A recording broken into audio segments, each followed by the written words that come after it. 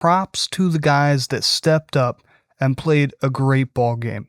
Deny Dennis Sutton, projected first-round pick, one of the best edge rushers in the country, right after the Rutgers game, still in Shea Stadium, went to Terry Smith and made sure to tell him that he was playing in the bowl game.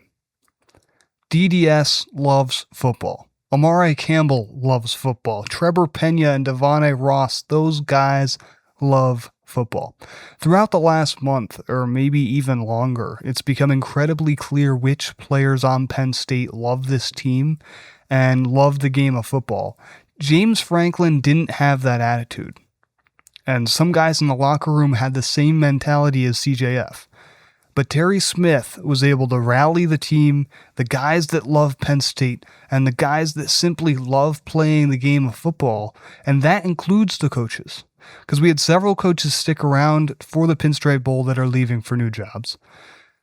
But it was awesome to see the true Penn Staters represent the blue and white, finish the season strong, and get rewarded for their efforts this year. Offensively, it was all Ethan Grunkemeyer. 23 of 34 passing, 262 yards, and 2 touchdowns. According to PFF, he had the highest passing grade of any bowl game so far this postseason. He facilitated the offense beautifully, and he looks so much more comfortable and composed than he did a few months ago when he first took over the starting job. His footwork is cleaner and more sound, and his accuracy and confidence is through the roof.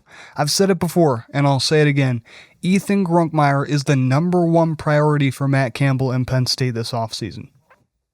Keeping 17 in Happy Valley is so important to the future of this program because it's obvious that he's the perfect QB for this team. And it's obvious how talented he is as a player and a leader. And then finally, I got to talk about Terry Smith. His aggression with play calling and leadership on the sidelines completely turned Penn State's season around.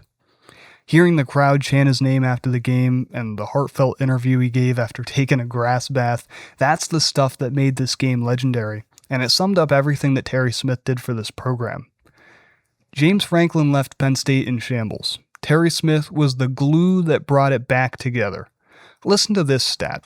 In the last 5 years, James Franklin went 1-11 as an underdog. That lone win was in Week 1 in 2021 against Wisconsin. Penn State hadn't won as an underdog for nearly 5 years. Until this past weekend against Clemson. In the Pinstripe Bowl, Terry Smith, as an underdog, 1-3, a win over Clemson, and 1-score losses to Iowa and Indiana. This team has a different energy now than it did a few months ago, and even before this season. The Nittany Lions are primed for a big offseason, and despite all the change coming to Happy Valley, a new coach, new stadium, new apparel, new players, Penn State is trending to be back right where they belong, in the Big 3, in the Big 10, sooner rather than later.